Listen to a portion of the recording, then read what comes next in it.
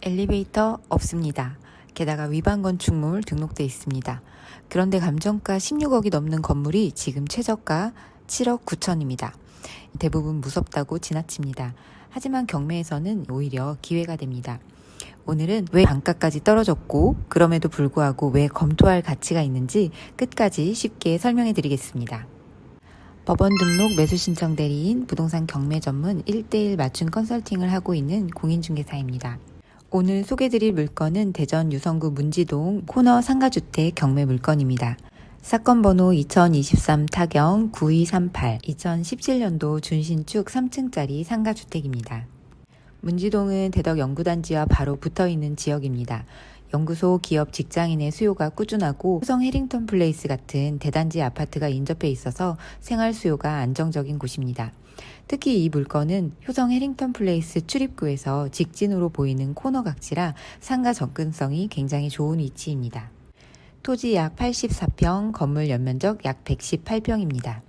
1층은 34평 상가로 되어 있고 기존에 초밥집이 운영되던 자리인데 현재는 공실 상태입니다. 2층은 다가구 주택 3가구, 1.5룸 2개와 투룸 1개의 구조입니다.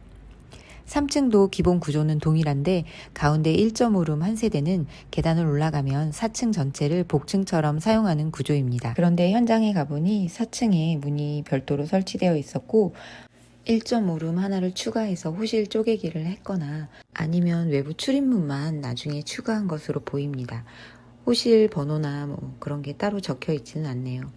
옥상 문도 도면상에는 보이진 않았는데 옥상 문이 별도로 있어서 누구나 드나들 수 있는 그런 공용 공간으로 사용하고 있었습니다. 이제 단점을 말씀드릴게요. 이 물건의 단점은 명확합니다. 첫 번째, 엘리베이터가 없습니다. 3층 건물이고 복층 구조까지 있어서 임차인들이 좀 힘들어할 수 있습니다. 두 번째, 기존 세입자가 모두 전세로 들어와 있습니다. 그래서 명도가 쉬운 물건은 아닙니다. 세 번째, 건축물 대장에 위반 건축물로 등재돼 있다고 경매 정보지에 나와 있습니다. 건물이 위반 건축물이면 무조건 위험한 것은 아니지만 경매 낙찰 이후에 대출을 받을 때 위반 건축물이 있는 경우 대출이 안 나오는 경우가 있어서 입찰하실 때 주의가 필요합니다. 그런데 이 물건은 걱정할 필요가 없습니다. 영상 끝까지 보시면 왜 걱정할 필요가 없는지 알게 되실 겁니다. 오늘 물건 매물 정보 살펴보겠습니다. 대전광역시 유성구 문지동에 위치한 근린주택입니다. 토지 면적 약 84평, 건물 면적 117.8평입니다. 감정가 16억 2천만 원, 그런데 현재 최저가가 49% 수준인 7억 9천만 원입니다. 엘리베이터 없고요. 전세 명도에 어려움이 있고요. 위반 건축물입니다. 경매에서는 이런 부분 때문에 입찰을 피하게 되는데요. 그래서 더 경쟁을 피하고 저렴한 금액으로 입찰할 수 있는 기회입니다. 이 세 가지가 겹치면서 걸러야 되는 매물이 된 겁니다. 하지만 이 단점들 모두가 감당할 수 있는 수준입니다. 권리분석상 보증금을 인수해야 되는 세입자는 없지만 명도에는 다소 어려움이 있을 것으로 보입니다. 2023년부터 24년까지 주변의 실거래가를 검색해 본 결과 13억 후반에서 20억까지 비슷한 토지 면적을 가진 다가구들이 거래가 되었습니다. 경매 낙찰 사례를 보면 비슷한 대지 면적과 건물 연식을 가진 물건이 약 10억 전후로 낙찰가가 형성되어 있습니다. 나중에 다가구 주택을 매도할 경우에 약 3억 원의 안전마진이 확보되어 있는 셈입니다. 다가구 주택 특성상 빠른 매도가 이루어지지 않는 경우가 많기 때문에 최대한 월세 세팅으로 많은 현금 흐름을 만들고 대출 이자를 내고도 충분히 월세 수입을 가져갈 수 있는 구조로 만드시는 것을 추천드립니다. 이번 매물 수익률 분석해 보겠습니다. 최저가에 낙찰받았다는 가정하에 수익률 계산이기 때문에 실제 금액과는 좀 차이가 있을 수 있습니다.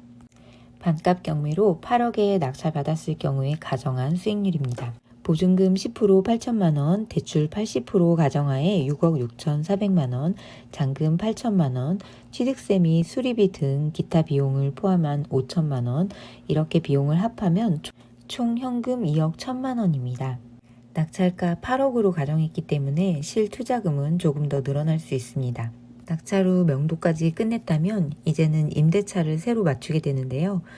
실투자금 2억 1천만 원에서 보증금 1억 4천만 원을 빼고 월세 발생하는 금액 보수적으로 봤을 때 375만 원에서 이자 254만 원을 공제하면 실투자금은 7천만 원에 월 121만 원의 월세 수입이 발생합니다. 1층 상가까지 임대차가 완료됐다면 보증금 2천에 월세 130만 원을 더해서 실투자금은 5천만 원, 이자를 공제한 월 순이익은 251만 원입니다. 문지동은 수요 대비 매물이 많지 않아서 임대차를 맞추는 데는 어려움이 없을 것으로 보여지고요.